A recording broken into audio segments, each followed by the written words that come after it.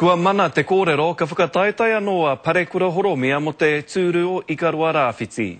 Kua aua atua Horomia e wānanga nei tēnei whakatau āna, hioi nona nahi nei I tau ai o na whakaaro.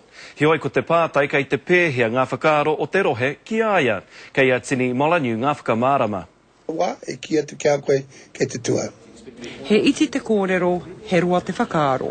Te nui o te rohe, me nui anō hoki nā pakihiwi o te tangata ki te kawe I nā kai ngākau a iwi. Kua reri atu au I te whai atu mo toku rohe a Ikarua Rāwhiti.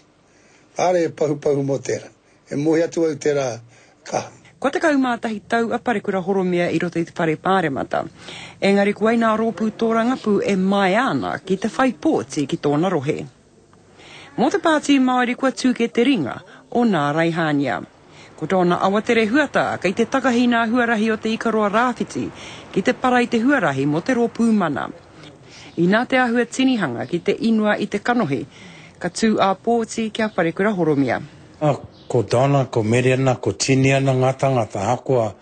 Mena haere koe ki te araroa, kei reira te tahi. Haere koe ki Luatoria, kei reira te tini. Ki kahungunu ki ngā wāhi katoa. Tako pātai kia Parekura, kia tūhia mo mana. Engari e hara koe I te tangata tōrangapu, mēnā ka hore koe I te kanene. Ki taku hoa Parekura, e hanga hohanai ki tōna pāti ne, kia reipa. He hohanai mihi atu ki aia, aroha atu ki aia. Nō reira tāku ki teiwi o te Tai Rāwhiti, kia tautoko I te tahi e hihi ana kia tū rangatira I roto I te rohe. Hana I te mea kia waka kahore tia. I te tū o Parekura, engari kia rapu hia I te tahi tangata hau.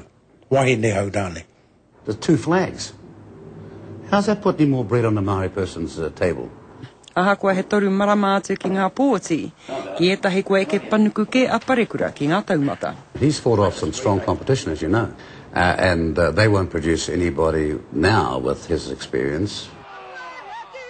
Engari tērā pēr ko te whawhai whānui ka taka ke mai ki ngā pōti a pāti. Well, we don't mind who you vote for in the Māori seats, but give your party vote to New Zealand first. Candidates have to be hungry to win them. They have to be out there every day, hungry to win those seats. And it's very easy for incumbents to forget that and just think that it's going to be an easy ride.